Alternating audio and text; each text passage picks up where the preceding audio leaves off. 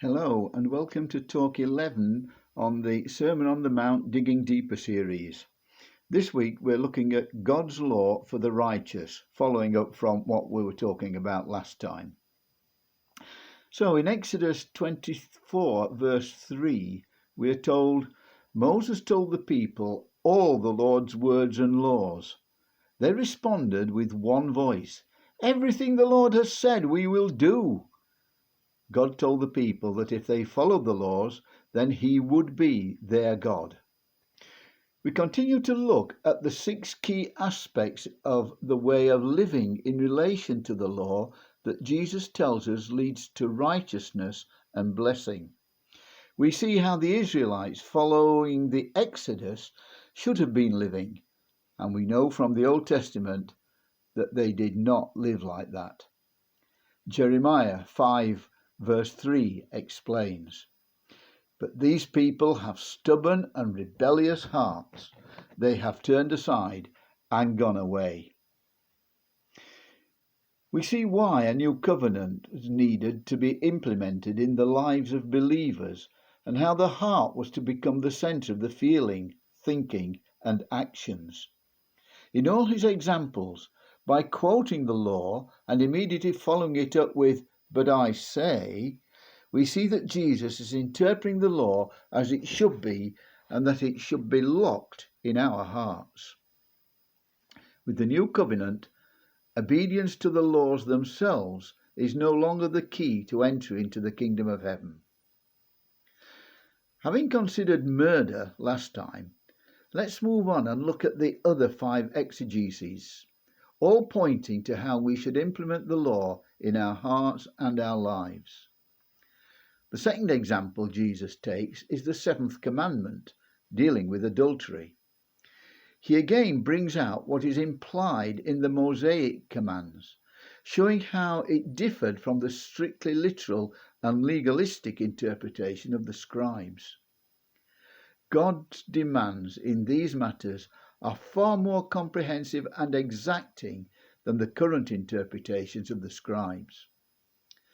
As with murder, where the act begins with the heart, so with adultery.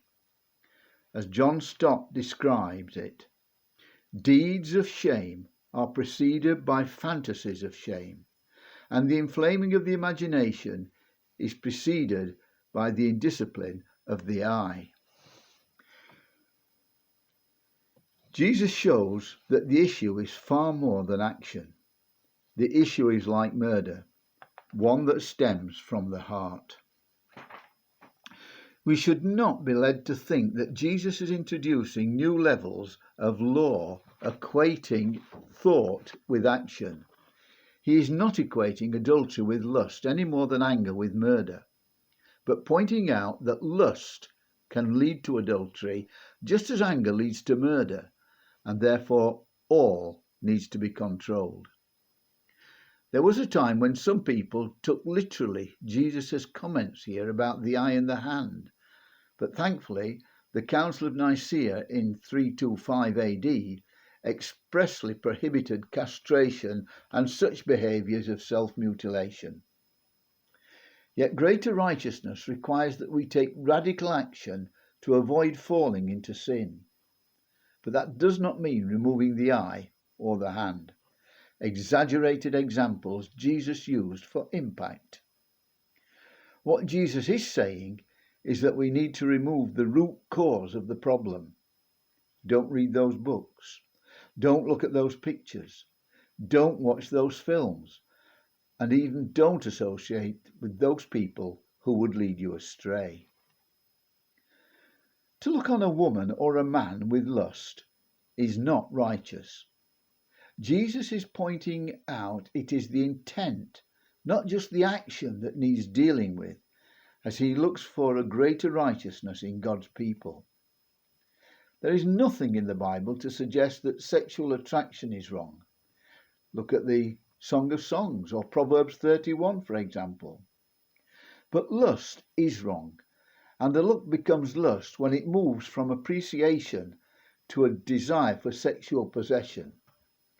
See David and Bathsheba in 2 Samuel chapter 11 for a classic example of how this works. None of this means that men and women cannot appreciate each other, marry, and have a family. Not all sins are equal in world terms. Some have far greater social consequences than others, and Jesus knew that as well as we do. What we must avoid is thinking that only the visible action matters, whilst internally we can do as we wish. Jesus reminds us what God sees. Next, Jesus moves on to look at divorce. This was a major topic of discussion in Israel at the time of Jesus, with two schools of thought. The opening statement comes from the Mosaic law in Deuteronomy chapter 24 verse 1, which says a man can write a certificate of divorce against his wife for anything he finds displeasing. The liberal school of Hillel interpreted the word displeasing to mean anything you don't like, whilst the alternative school of Shammai said it referred to only some grave offence. The two schools grew up during the 1st century BC. In his teaching, Jesus follows the same pattern as before. You have heard it said, but I say to you. By the end, Jesus is putting equal responsibility on both the man and the woman for creating a situation where, following divorce, either commits adultery. However, breakdown of marriage is definitely not encouraged, but was recognised by Moses in the Old Testament, by Jesus, and by the teaching of the Church. Unfortunately, they do not all agree. The Deuteronomy interpretation had, by the time of Jesus, been significantly distorted and interpreted to the extent that it was by then saying that Moses commanded divorce, when in fact he only permitted it. Moses only allowed divorce because of hardness of heart. In reality, people were separating. It is never God's intention that a marriage union should be broken. Matthew 19 verses 1 to 12 show how the Pharisees thought about this. In a question to Jesus, they revealed their thinking and attitude towards him. Matthew 19 verse 2. Some Pharisees came to him to test him. They asked, "Is it lawful for a man to divorce his wife for any and every reason?" Jesus had to tell them that Moses permitted divorce only because their hearts were hard. But he then goes on to say, "I tell you that anyone who divorces his wife except for sexual immorality and marries another woman commits adultery." In Jesus' eyes, divorce was a very serious thing.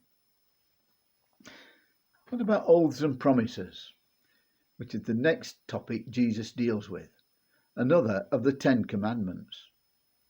Comments about oaths appear in many of the books of the Old Testament. For example, Leviticus 19 verse 12. "Do not swear falsely by my name, and so profane the name of the Lord your God. I am the Lord." By the time of Jesus, vow-making had become an elaborate way to avoid doing something or to partially fulfill a promise. In Matthew 23, Jesus gives a fuller explanation of this teaching on the subject, warning the people against doing what the scribes and Pharisees do, but telling them to do what they say. Follow their teaching, but not their actions.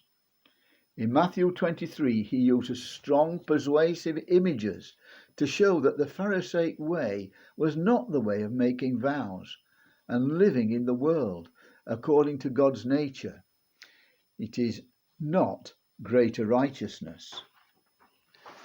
Once more, we are at the heart of the issue.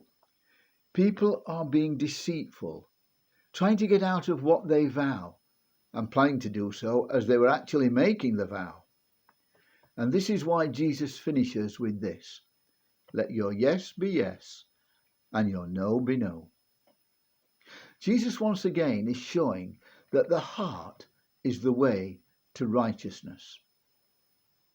Concerning justice, righteousness means yet again that as well as external behaviour morality, the disciples and followers of Jesus must seek to have internal heart-level virtue. We have here the teaching of the Old Testament, which was for so long and so many ignored. Although not in the Ten Commandments, the eye for an eye phrase was used in Exodus 21 verses 23 to 5, which states, "But if there is serious injury, you are to take life for life, eye for eye, tooth for tooth, hand for hand," and so on. And, as in line with many other examples of how to deal with situations, this law was given for courts to prevent two potential wrong. Punishment so severe it didn't fit the crime, and personal vigilante action. It was never intended for the use of individual cases. Also, the illustration given here are just that, illustrations, and cannot be applied universally. Non-retaliatory righteousness is the key teaching here. We have the echoes of the Beatitudes, where flourishing or blessedness is unexpectedly and ironically the place of persecution, mourning, etc. Paul explains in Romans 12:19-20, "Do not take revenge, my dear friends, but leave room for God's wrath, for it is written, 'It is mine to avenge, I will repay, says the Lord.'" Or, as he puts it in 1 Corinthians 6:7, "Why not rather be cheated?" The very fact that you have lawsuits among you believers now means you have been completely defeated already. Why not rather be wronged? Why not rather be cheated? And lastly, love. Jesus finishes this series of teaching on law interpreting righteousness by telling his followers to love all. By the time we get to this exegesis, we should have learned the lesson that Jesus is passing on to us. The heart should govern the actions, and can only do that when we have found the greater righteousness for which we search. We can learn so much from Jesus himself. Jesus invoked righteousness to allow John to fill his ministry. He told us to hunger and thirst for righteousness. Then when we find it, we will be persecuted. Within it, there's a standard we need to attain, set above that of the scribes and the Pharisees. And then we are told how God sheds his righteousness on all, deserving or not. In verse 44, we now see how righteousness should work out in practice for all of us. Love your enemies. Bless those who curse you. Do good to those who hate you. And pray for those who persecute you. In other words, we develop an attitude, a righteousness, that doesn't even allow thinking of murder, adultery, divorce, false oaths, revenge, or anything evil. You can look at the examples Jesus gives in this section, but in doing so, remember that the illustrations are just that, examples. So we find Jesus carrying his cross, the Roman soldier's coat. Although asked for one, Jesus used no oath when admitting before the Sanhedrin who he was. He just said, yes. How Jesus dealt with the woman caught in adultery. Jesus prayed for his enemies whilst on the cross, forgive them, for they know not what they do.